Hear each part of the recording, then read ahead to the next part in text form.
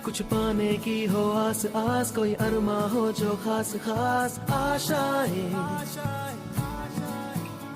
हर कोशिश में हो बार बार, करे दरियाओं को आर पार। नमस्कार साथियों, आप लोग कैसे? उम्मीद करता हूं कि आप लोग अपनी पढ़ाई को कंटिन्यू कर रहे होंगे।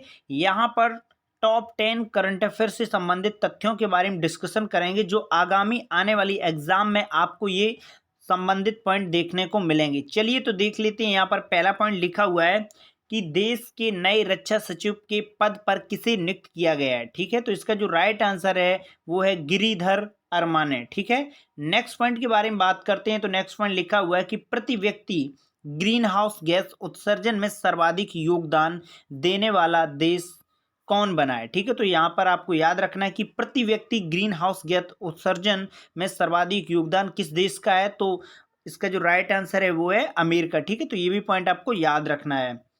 तीसरे पॉइंट के बारे में डिस्कशन करें तो तीसरा पॉइंट लिखा हुआ है कि उत्तर भारत का पहला डाटा सेंटर कहाँ स्थापित किया गया है। तो इसका जो राइट आंसर है वो है उत्तर प्रदेश। ठीक है, तो ये आप बहुत ही महत्वपूर्ण है, आप इसे याद कर लीजिएगा। नेक्स्ट पॉइंट के बारे में बात करते हैं। तो नेक्स्ट पॉइंट लिखा हुआ है कि किस राज्य में स्टैच्यू ऑफ बिलीव का उद्घाटन किया गया है। ठीक है, तो याद रखना है इसका जो राइट आंसर है वो है राजस्थान। तो ये बहुत ही महत्वपूर्ण है, आपको आगामी एग्जाम में ये आपको देखने को मिलेगा। ठीक है, तो ये बहुत ही इंपॉर्टेंट है।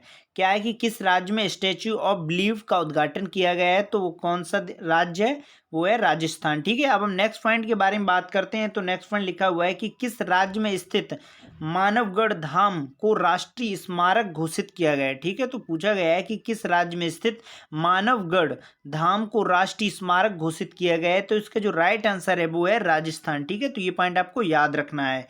अब हम नेक्स्ट पॉइंट के बारे में बात करते हैं। तो यहाँ पर नेक्स्ट पॉइंट लिखा हुआ है कि भारत में यूपीआई के जरिए साल 2022 में लेन देन कितने करोड़ रुपए तक पहुंच गया है। ठीक है, तो यहाँ पर पूछा गया है कि भारत में यूपीआई के जरिए साल 2022 में लेन देन कितने करोड़ रुपए तक पहुंच गया है। तो इसका जो राइट आंसर है वो है 730 करोड़ रुपए। ठीक है, तो ये आपको याद रखना है। नेक्स्ट पॉइंट के बारे में बात करते हैं। तो नेक्स्ट पॉइंट लिखा हुआ है कि किस स्पेस एजेंसी ने 63.8 टन वजनी दुनिया का सबसे शक्तिशाली रॉकेट लॉन्च किया है। ठीक है, तो यहाँ पर पूछा गया है कि किस स्पेस एजेंसी ने 63.8 टन वजनी दुनिया का सबसे शक्तिशाली रॉकेट लॉन्च किया है। तो इसका जो राइट आंसर है स्पेस एक्स। ठीक है, तो याद रखना है ये स्पेस एक्स किसकी कंपनी है, एलन मस्क की कंपनी है। ठीक है, तो ये पॉइंट आपको याद रखना है। नेक्स्ट पॉइंट के बारे में बात करते हैं।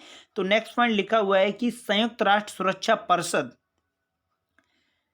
की अध्यक्षता साल 2022 में कौन देश करेगा। ठीक है, तो यहाँ पर पूछा गया है कि संयुक्त राष्ट्र सुरक्षा परिषद की अध्यक्षता साल 2022 में कौन देश करेगा। तो इसका जो राइट आंसर है वो है आपका घाना। ठीक है, तो याद रखना है।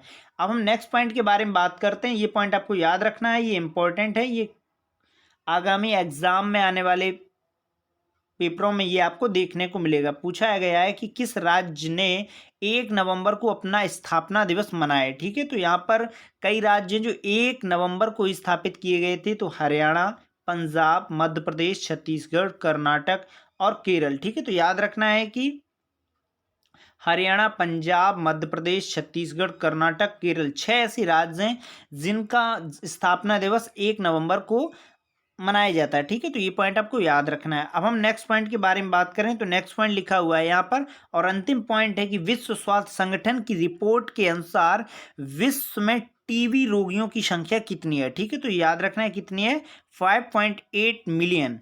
यानी विश्व स्वास्थ्य संगठन WHO की रिपोर्ट के अनुसार विश्व में पूरे वर्ल्ड में जो टीबी रोगियों की संख्या है, जो टीबी रोग से ग्रसित लोग हैं, उनकी जो संख्या है वो है 5.8 मिलियन। ठीक है, तो ये करंट अफेयर से संबंधित तथ्यों के बारे में हमने डिस्कशन किया। तो हम फिर एक नई वीडियो में करंट अफेयर से संबंधित ही तथ्यों के बारे में डिस्कशन करेंगे। तब तक के लिए नमस्कार।